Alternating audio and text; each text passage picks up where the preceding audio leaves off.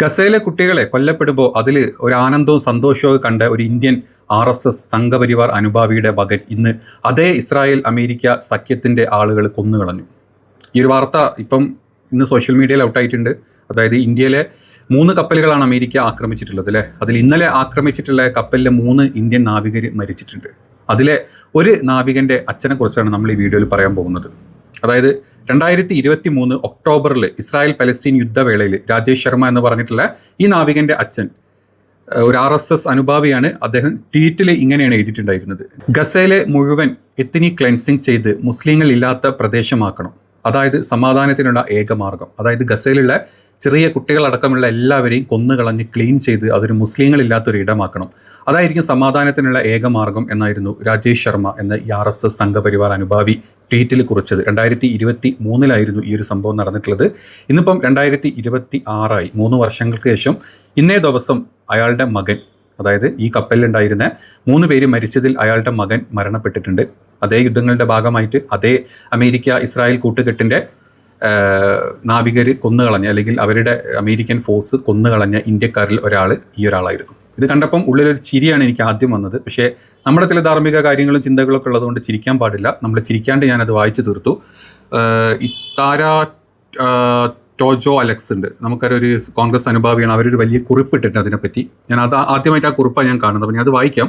പക്ഷേ നിങ്ങൾ ആലോചിക്കണം, കർമ്മ എന്ന് പറഞ്ഞൊരു കാര്യം, കുട്ടികൾ മരിക്കുമ്പോൾ അതിൽ ആനന്ദം കണ്ടെത്തി, അത് പ്രത്യേകിച്ച് മുസ്ലിങ്ങളായതുകൊണ്ട് മുസ്ലിങ്ങൾ എന്ന ആ ഒരു വിഭാഗത്തെ, അവരുടെ ഒരു എത്നിക്, അവരുടെ പാരമ്പര്യം തന്നെ എല്ലാം കംപ്ലീറ്റ്ലി ആ ഒരു സ്ഥലത്തുനിന്ന് ഗസയിൽ കൊന്നു തീർക്കണമേ എന്ന് ട്വീറ്റ് ചെയ്ത് ഇസ്രായേലിനോട് പറഞ്ഞിട്ടുള്ള ഒരു സമ്പൂർണ്ണ മോദി ഭക്തൻ, RSS ഒരു സംഘപരിവാർ അനുഭാവി, ഒരു തീവ്ര ഇസ്ലാം അല്ലെങ്കിൽ മുസ്ലിം വിരുദ്ധൻ എന്നൊക്കെ പറയുന്ന ഈ രാജേഷ് ശർമ്മക്ക് ഇന്ന് ദൈവം കൊടുത്ത ഏറ്റവും വലിയ ശിക്ഷ. അതായത് കുട്ടികൾ മരിക്കുമ്പം അതിൽ ആനന്ദം കണ്ടെത്തിയിട്ടുണ്ടെങ്കിൽ ആ ആനന്ദ കണ്ണീർ ഇന്ന് സ്വന്തം മകൻ മരിച്ചതിൻ്റെ സങ്കട കണ്ണീരായിട്ട് മാറിയിട്ടുള്ളൊരവസ്ഥ.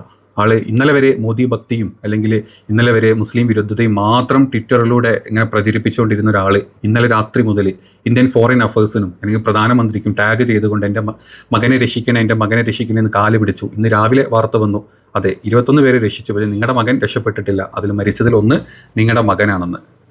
ഇത് ഏത് ദൈവം കൊടുത്ത ഏത് തരത്തിലുള്ള കർമ്മയാണെന്നുള്ളത് ഈ കാണുന്ന ആളുകൾ ഒന്ന് എക്സ്പ്ലെയിൻ ചെയ്തോളാം. നമ്മൾ താര ടോജോ അലക്സ് പറഞ്ഞിട്ടുള്ള ആ ഒരു കുറിപ്പ് വളരെ വ്യത്യസ്തമായിട്ട് തോന്നി, അതുകൊണ്ടാണ് ഞാനതൊന്ന് വായിക്കാമെന്ന് കരുതിയത്.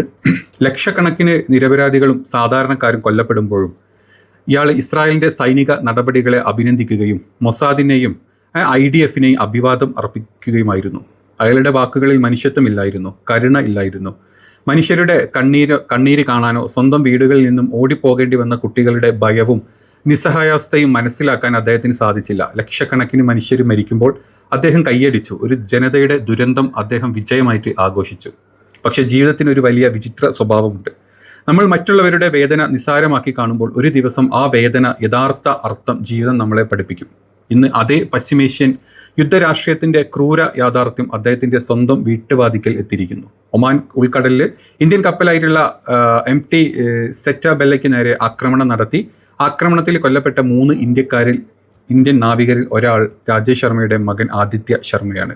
ഒരിക്കൽ ഇസ്രായേലിൻ്റെ കിരാത സൈനിക നടപടികൾക്ക് കൈയടിച്ച് ഇന്ന് ഇസ്രായേലിൻ്റെയും അടുത്ത സഖ്യകക്ഷിയായിട്ടുള്ള അമേരിക്കയുടെയും ആക്രമണത്തിൽ സ്വന്തം മകൻ നഷ്ടപ്പെട്ട അച്ഛനായിട്ട് ലോകത്തിൻ്റെ മുമ്പിൽ നിൽക്കുകയാണ്. ഗസയിലെ കുഞ്ഞുങ്ങളുടെ മരണം ന്യായീകരിച്ചപ്പോൾ ആ പിതാക്കന്മാരുടെ കരച്ചിൽ അദ്ദേഹം കേട്ടില്ല.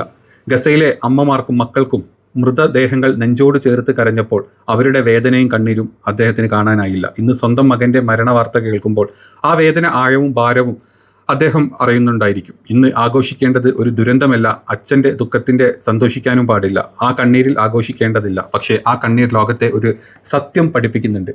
മനുഷ്യരുടെ ജീവന് മതമില്ല, മനുഷ്യരുടെ മരണത്തിന് ദേശീയതയില്ല, യുദ്ധത്തിന് പക്ഷപാതമില്ല. നിരപരാധികളായിട്ടുള്ള മനുഷ്യരുടെ മരണത്തിൽ കൈയടിക്കുമ്പോൾ ഓരോ വാക്കും ഒരിക്കൽ നമ്മളിലേക്ക് തിരിച്ചെത്താം എന്ന് നിങ്ങൾ പിന്തുണയ്ക്കുന്ന യുദ്ധം നാളെ നിങ്ങളുടെ സ്വന്തം കുടുംബത്തിൻ്റെ ജീവിതത്തിൽ തകർക്കാനെത്താം. നിങ്ങൾ ഇന്ന് ന്യായീകരിക്കുന്ന മരണം നിങ്ങളുടെ സ്വന്തം വീട്ടിലെ ദുരന്ത വാർത്തയായി മാറാം. ലോകത്തെ ഏറ്റവും ശക്തമായിട്ടുള്ള ബൂമറാങ് ആയുധമല്ല, അത് കർമ്മയാണ്. കർമ്മ ശബ്ദമുണ്ടാക്കില്ല. നമ്മൾ അന്തരീക്ഷത്തിലേക്ക് എറിയുന്ന ഓരോ തെറ്റായ വാക്കുകളും ആശയങ്ങളും ഒരു നാൾ നമ്മളെ തേടി തന്നെ തിരികെ വരും. അത് തിരികെ വരുമ്പോൾ ജീവിതത്തിലെ ഏറ്റവും കഠിനമായ പാഠമായിരിക്കും, ഏറ്റവും വേദനാജനകമായിട്ടുള്ള തിരിച്ചറിവായി മാറുകയും ചെയ്യും. ഇത് താര ടോജോ അലക്സ്.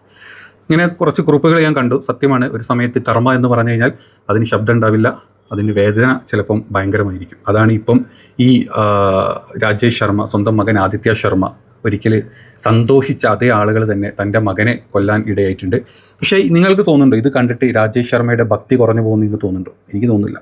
രാജേഷ് ശർമ്മ ഇപ്പോഴും അതിഭയങ്കരമായിട്ട് ചിലപ്പം ഈ മുസ്ലിങ്ങളോടുള്ള വിരോധം കൂടുമായിരിക്കും. അതല്ലെങ്കിൽ ഗസയിലുള്ള ഇറാനിലുള്ള ആളുകളെ കൊന്നൊടുക്കാൻ വേണ്ടിയിട്ട് IDF വീണ്ടും വാഴ്ത്തുപാട്ടുകൾ ഇയാൾ പാടുമായിരിക്കും. 2 ദിവസം ദുഃഖമൊക്കെ ഉണ്ടാവും എന്നും മനസ്സിലാ ദുഃഖം അവിടെ കിടക്കും. എങ്കിലും അതിന് ഭാഗമായിട്ടുള്ള അല്ലെങ്കിൽ അതിന് കാരണക്കാരായിട്ടുള്ളത് ചിലപ്പോൾ മുസ്ലിങ്ങളാണെന്നും ഇറാനാണെന്നും പറയുമായിരിക്കും.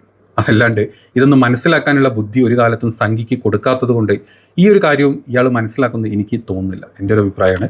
ഇതാണ് കണ്ടപ്പം സന്തോഷിക്കണോ അതല്ലെങ്കിൽ സങ്കടപ്പെടാൻ എനിക്ക് തോന്നിയിട്ടുണ്ടായിരുന്നില്ല. പക്ഷേ ഒരാളുടെ ജീവൻ ഇല്ലാണ്ടായാലും നമുക്കൊരു സങ്കടം ഉണ്ടാകും. പക്ഷേ ആ ആളുടെ അച്ഛൻ്റെ ഒരു ദുരവസ്ഥ ആലോചിക്കുന്ന സമയത്ത് എനിക്ക് ഒട്ടും സങ്കടം തോന്നുന്നില്ല.